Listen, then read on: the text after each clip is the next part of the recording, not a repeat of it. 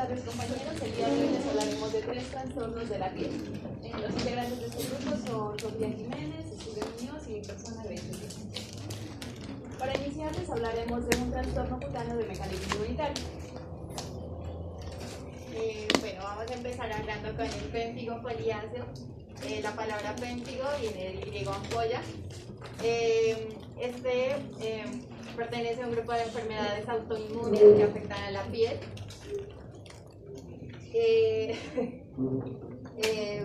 Bueno, y en pequeñas especies se habla que puede desencadenar algunos tratamientos, pero en grandes especies, específicamente en el caballo, no se ha podido llegar a la conclusión por qué se desencadena. Las lesiones en equinos son descamativas y costrosas, como podemos mirar en la imagen. La fisiopatología. Bueno, el organismo como tal produce anticuerpos a una proteína que se llama desmogleína. Nosotros también lo hemos escuchado como los desmosomas, que son los encargados de la unión de las células epiteliales. Esto que genera que se dé una interrupción en la piel, y esto genera vesículas, pústulas o la clásica acantólisis, y esto forma hendiduras y vesículas, como lo podemos mirar en la imagen. Entonces mencionamos descamación, vesículas, pústulas y células acantolíticas. Los signos clínicos, tenemos que se muestra esta enfermedad como una dermatitis exfoliativa generalizada, y esto va a generar costras y enrojecimiento. También se puede presentar fiebre, depresión, urticaria, y como en la fase inicial se presentan lesiones que son pústulas, las cuales se van a romper fácilmente, y esto va a generar erosiones, anillos dérmicos, y dependiendo del grado de cómo haya avanzado la enfermedad, se puede presentar prurito y dolor. El diagnóstico. En el diagnóstico podemos tener un diagnóstico diferencial, como es la dermatofitosis. Podemos dar un diagnóstico definitivo con biopsias e histopatología, y para diferenciar con los dermatofitos que había mencionado, se utiliza tinciones de Paz y en algunos casos la inmunofluorescencia. En el tratamiento, como sabemos, es una enfermedad autoinmune, entonces vamos a utilizar fármacos inmunosupresores como son los corticoides. Entre ejemplos de estos podemos utilizar la prednisolona y la dexametasona. Sin embargo, también hay otros tratamientos como son las sales de oro y la azatioprina. Sin embargo, estos últimos dos no se los usa porque tienen un alto costo.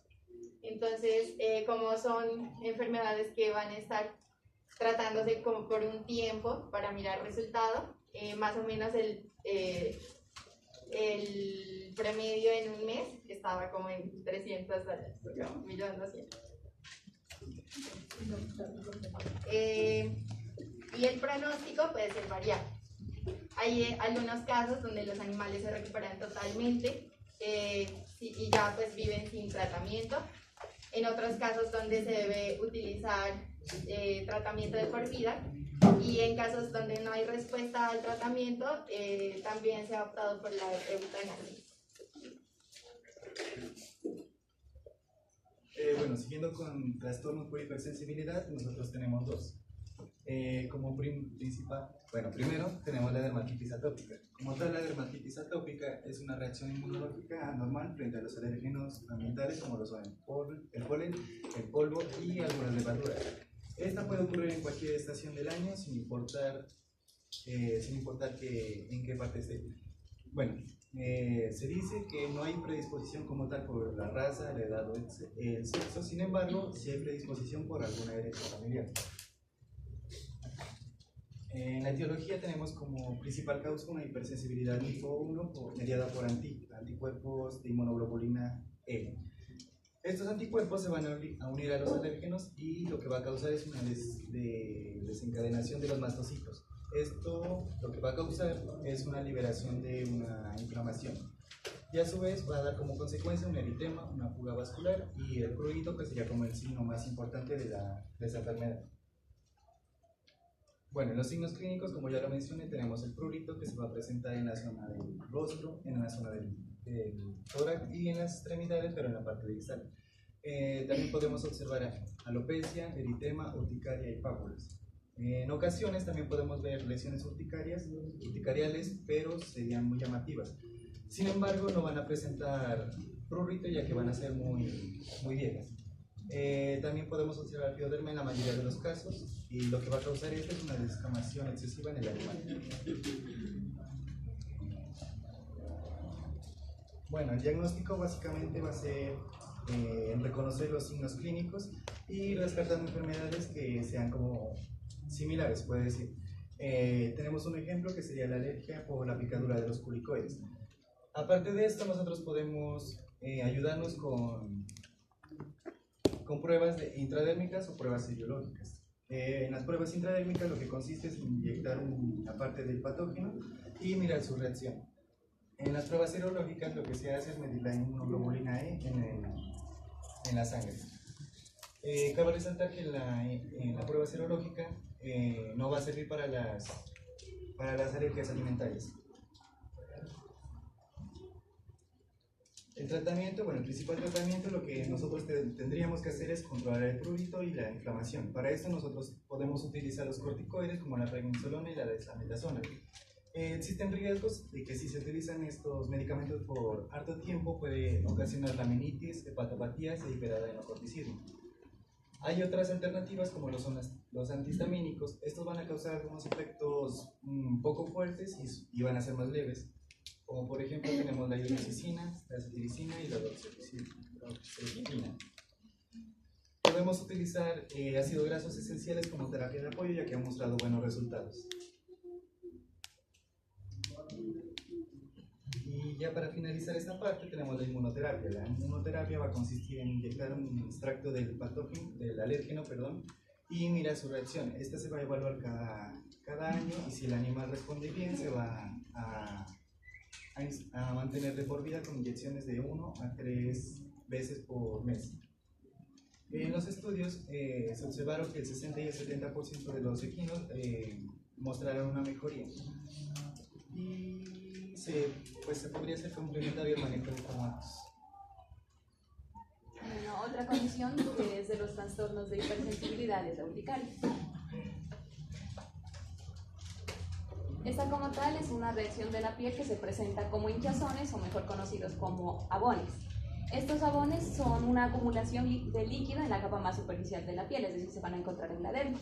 Pero debemos tener en cuenta que hay que diferenciarlos de otra condición que se llama angiodema. ¿Qué es el angiodema? Es una hinchazón, pero es más generalizada, entonces esta se va a profundizar en la piel afectando el tejido subcutáneo. Como ya mencioné, para diferenciarla de la urticaria son hinchazones más generalizadas. Al contrario del angiodema, como podemos observar ahí, es generalizado y afecta a toda la cara y cuello del equino. Respecto a las causas de la urticaria, se mencionan que son muchas causas, por eso las vamos a agrupar en estas dos. La una es la urticaria alérgica. Se dice que esta es la más común y se da porque el organismo activa su respuesta inmune de manera exagerada. Como se mencionó, en esta entraría la dermatitis atópica por alergias al polen, a polvo o hasta las plumas del medio en donde se encuentren los equinos. También puede haber reacción alérgica a medicamentos como son los antibióticos y los antiinflamatorios no esteroidales y alergias por contacto. El contacto puede ser a pastos de los potreros o a plantas que generen esta urticaria como lo es la ortiga. Además se mencionan alergias alimentarias, pero pues son menos frecuentes, aunque hay la posibilidad. También las otras causas son la urticaria física. Esta es menos común y no genera una respuesta pues alérgica como tal, sino que esta es más por un estímulo físico, digamos una presión en la piel, lo que se llama dermografismo, que es digamos que si ustedes se aprietan mucho aquí, hacen esa presión, les va a generar una ronchita, ¿no? Ese es el dermografismo. Además puede ser por frío extremo o calor extremo y ejercicio físico intenso. En este caso se mencionaba que es más por el contacto que tiene el sudor de los equinos y lo que ocasiona esta urticaria. Además también se mencionan que está asociada a enfermedades como son la dermatofitosis, el péntigo foliáceo y el estrés. Cabe resaltar que esta condición se presenta más en equinos, aunque también ha sido un poquito diagnosticada en bovinos, pero en bovinos se dice que es más por una alergia a la leche. Respecto a la fisiopatología, tenemos que los sabones se producen por vasodilatación y salida de líquido de los capilares hacia la piel. Esto es lo que genera como tal la típica hinchazón. Esta salida de líquido pues va también a conllevar una liberación de sustancias químicas de unas células específicas como son los mastocitos y basófilos.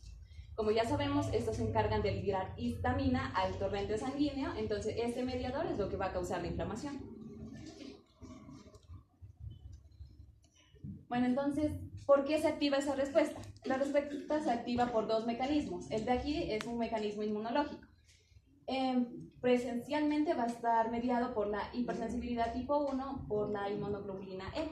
Estos son los mayores casos que se han presentado y se dice que es porque el cuerpo reacciona de una manera exagerada a ciertos alérgenos del ambiente, puede ser el polen, alimentos o hasta medicamentos.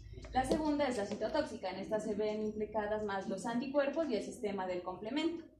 La tercera es la de los inmunocomplejos, en donde se van a unir antígenos, anticuerpos y causan la inflamación. Y la última es el complemento que media estas tres y unos mecanismos no inmunológicos.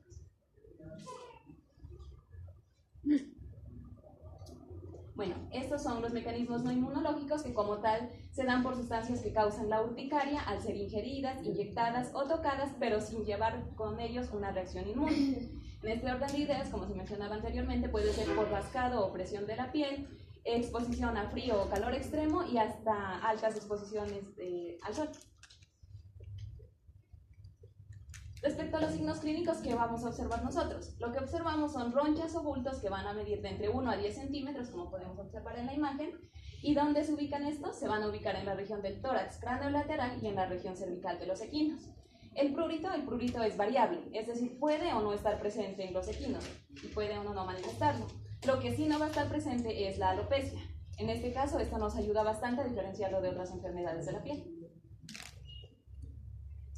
Respecto al diagnóstico diferencial, pues es sencillo. Una vez identifiquemos los típicos sabones, lo que vamos a hacer es presionarlos. Cuando los presionamos se va a hacer una hendidura temporal conocida como fobia. Pero esto solo nos va a servir en las etapas iniciales en las que hay un edema. Cuando ya son etapas más avanzadas, lo que pasa es que hay una infiltración de células en la dermis, por tanto esta hendidura no va a ser tan evidente. En cuanto al diagnóstico de la urticaria, lo principal es la visualización de los sabones, pero se puede hacer una confirmación mediante biopsia cutánea. En caso de que se sospeche o se puedan ver los ectoparásitos, pues se debe controlar a estos. Pueden ser pulgas o ácaros, entonces sería control de estos ectoparásitos. Además, si se sospecha de dermatitis atópica, también lo que se debe hacer, como lo menciona Steven, son pruebas serológicas o pruebas intradérmicas, y en caso de que se sospeche de una alergia alimentaria, lo que se recurre es hacer pruebas de eliminación y reintroducción de alimentos.